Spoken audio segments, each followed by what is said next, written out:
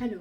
അപ്പം ഞാൻ ഇന്ന് ഓർത്തിന്ന് എൻ്റെ ജേർണി, ഈ ബിസിനസ് ജേർണി എങ്ങനെ തുടങ്ങി എന്നൊന്ന് എക്സ്പ്ലെയിൻ ചെയ്യാമെന്ന്. അപ്പോൾ എൻ്റെ ശരിക്കും ഈ ബിസിനസ് ജേർണി ഞാൻ ഒരു 3 വർഷമായിട്ടാണ് ഈ ഡിജിറ്റൽ ബിസിനസ്സിൽ ഇപ്പം ഞാനുള്ളത്. അപ്പോൾ അതിന് മുമ്പേ തുടങ്ങിയ ഒരു ജേർണിയാണ്. അതായത് എന്തെന്ന് വെച്ച് കഴിഞ്ഞാൽ ഞങ്ങളുടെ മോൻ ചെറുതായിരുന്നു. ഞങ്ങളിവിടെ UK വരുവാൻ ഒരു 4.5 വയസ്സെങ്ങാണ്ടേ ഉണ്ടായിരുന്നുള്ളൂ അപ്പോൾ വരുമ്പോഴേ.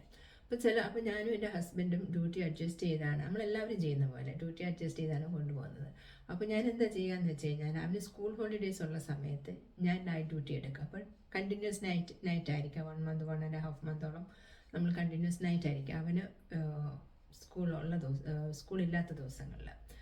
അപ്പോൾ അങ്ങനെ വന്നപ്പോൾ ഒരു ദിവസം ഞാൻ നൈറ്റ് പോകുമ്പോൾ കുഞ്ഞിനോട് ചോദിച്ചു, mum do you really have to go? എനിക്കറിയാം ഏതൊരു അമ്മമാർക്കും അത് കേൾക്കുമ്പോൾ തീർച്ചയായിട്ടും വളരെ വിഷമം തോന്നും. അപ്പോൾ എനിക്ക് വളരെ വിഷമത്തോടെയാണ് ഞാൻ ഡ്യൂട്ടിക്ക് ഇറങ്ങിപ്പോയത്. പക്ഷെ നമ്മൾ ഡ്യൂട്ടിക്ക് ചെന്ന് കഴിയുമ്പോൾ നമ്മൾ ഡ്യൂട്ടിയിൽ ഇതായി കഴിയുമ്പോൾ നമ്മളൊന്നും ഓർക്കത്തില്ല. പക്ഷെ നമുക്ക് എന്നാലും വീട്ടിൽ വരുമ്പോൾ നമ്മുടെ ആ ഒരു ചോദ്യം എപ്പോഴും അലട്ടിക്കൊണ്ടിരിക്കും. അപ്പോൾ അതെനിക്കൊരു വളരെ വേദനയായിട്ട് എൻ്റെ ഉള്ളിലുണ്ടായിരുന്നു. അപ്പോൾ ഞാൻ ആഗ്രഹിച്ചത് എന്തെങ്കിലും ഒരു വഴി ഉണ്ടായിരുന്നെങ്കിൽ ഒന്നെങ്കിൽ അവേഴ്സെങ്കിലും കുറച്ചിട്ടും കുറച്ച് ദിവസം കൂടെ സമയം കൂടെ അവൻ്റെ കൂടെ ഇരിക്കാൻ പറ്റുമായിരുന്നു എന്നൊക്കെ ആലോചിച്ചു. പക്ഷെ എനിക്ക് നഴ്സിംഗ് അല്ലാതെ മറ്റൊന്നും അങ്ങനെ സക്സസ്ഫുള്ളായിട്ട് ചെയ്യാൻ അറിയാത്തത് കൊണ്ട് നമ്മൾ ആഗ്രഹിക്കുകയല്ലാതെ അതങ്ങനെ ആ വഴിക്ക് വിട്ടു.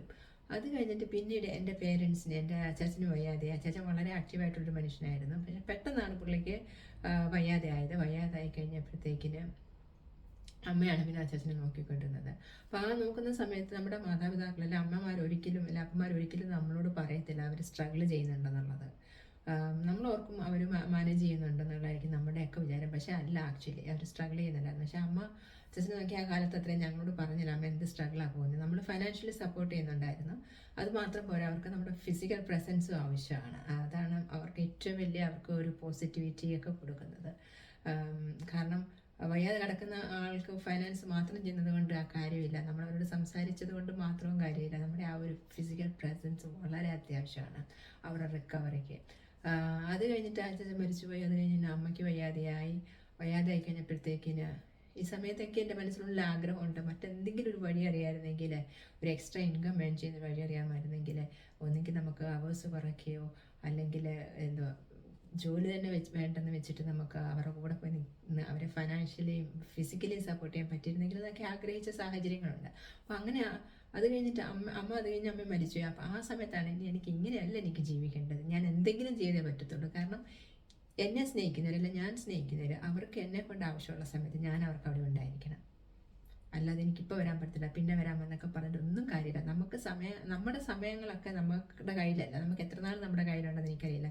കാരണം എൻ്റെ അച്ചാച്ചൻ്റെ കാര്യം പറയുമ്പോഴേ അച്ചാച്ചനെ ഒരു ഡിസംബറിൽ മരിക്കുന്ന 2013 ഡിസംബറിൽ ഫസ്റ്റ് വീക്കിൽ എന്നെ വിളിച്ചിട്ട് പറഞ്ഞു നീ വരണം നാട്ടിലേക്കെന്ന് പറഞ്ഞു. അപ്പം ഞാൻ പറഞ്ഞു ഞാൻ ഓഗസ്റ്റ് കുഞ്ഞിന് അവധിയുള്ള സമയത്ത് വരാം, ഇപ്പോൾ വരുന്നില്ല എന്ന് പറഞ്ഞു. അപ്പോഴത്തേന് എടുത്ത വായിൽ പറഞ്ഞത് ഇനി ഓർക്കണം നിൻ്റെ മാതാപിതാക്കൾ പ്രായമായി വരുവാണ്, അവർക്ക് എത്ര നാളുണ്ടെന്ന് അറിയില്ല എന്ന് പറഞ്ഞു. അപ്പം ഞാൻ വെറുതെ ചിരിച്ചതല്ല, അച്ചാച്ചൻ അങ്ങനെയൊന്നും പറയണ്ട, ഞാൻ വരുന്നവരെ അച്ചാച്ചൻ എന്തായാലും ഉണ്ടാവും എന്ന് പറഞ്ഞു.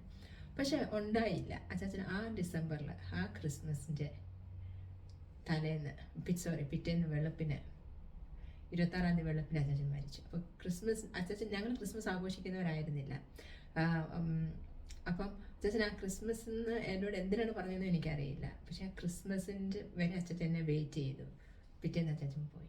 അപ്പോൾ അതെനിക്കൊരു വളരെ വേദനയായിട്ട് തന്നെയാണ് ഇന്നും കിടക്കുന്നത്. ഞാനത് അച്ഛൻ പറഞ്ഞത് കേട്ടിരുന്നെങ്കിൽ, നമ്മൾ ഓരോരുത്തരും ചെയ്യുന്ന കാര്യമാണ്, അവർ നമ്മൾ പറയുമ്പോൾ നമ്മളത് ജസ്റ്റ് ഇഗ്നോർ ചെയ്യും. പക്ഷേ അങ്ങനെയൊന്നും ഉണ്ടാകാതിരിക്കാൻ നമ്മൾ ഇനിയും എങ്കിലും നമ്മുടെ മുമ്പോട്ട്, കാരണം എനിക്കറിയാം പല മാതാപിതാക്കളും നാട്ടിൽ തനിയാണ്, നമ്മളൊക്കെ സ്ട്രെസ്ഡാണ്.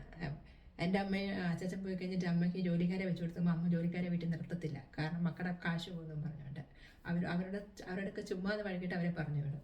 അപ്പോൾ അങ്ങനെ കുറേ മാതാപിതാക്കളുണ്ടാവും ഇങ്ങനെയൊക്കെ തന്നെ പോകുന്നത്. അപ്പോൾ തീർച്ചയായിട്ടും നമുക്കും വളരെ സ്ട്രെസ്സാണ്. നമ്മളിവിടെ എത്ര സ്ട്രെസ് അല്ലാതെ ജീവിച്ചു കഴിഞ്ഞാൽ നമുക്ക് ആക്ച്വലി ഉള്ളിൽ ആ സ്ട്രെസ്സുണ്ട്. നമ്മുടെ പേരൻസ് തനിയാണല്ലോ നാട്ടിലെന്നുള്ളത്, നമുക്ക് എപ്പോഴും പോയി നോക്കാൻ പറ്റത്തില്ല എന്നുള്ളത്. അപ്പോൾ അങ്ങനെയൊക്കെ ഉള്ളവരാണെങ്കിൽ അവർക്കൊക്കെ ചെയ്യാൻ പറ്റുന്ന ഒരു നല്ല ബിസിനസ്സാണിത്.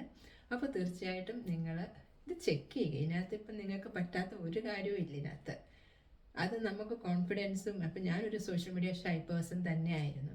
അപ്പോൾ കുറേ കഴിയുമ്പോൾ നമുക്ക് നമ്മുടെ ആവശ്യം നമ്മുടെ മറ്റെല്ലാത്തിനെക്കാട്ടിലും വലുതാകുമ്പോൾ നമ്മൾ തീർച്ചയായിട്ടും നമ്മുടെ ആ ഷൈനസ് ഒക്കെ നമ്മൾ മാറ്റി വെച്ചിട്ട് നമ്മൾ ഇറങ്ങും. അപ്പോൾ തീർച്ചയായിട്ടും ഇനി നമുക്ക് എത്ര നാളുണ്ടെന്ന് നമുക്കറിയില്ല, നമ്മുടെ കൂടെ ഉള്ളവർക്ക് എത്ര നാളുണ്ടെന്ന് നമുക്കറിയില്ല. ആ ഉള്ള ദിവസങ്ങൾ നമുക്ക് സന്തോഷമുള്ള കുറച്ച് നല്ല മെമ്മറീസ് ഉണ്ടാക്കുവാൻ ശ്രമിക്കാം. അപ്പോൾ thank you for listening and have a great day. By.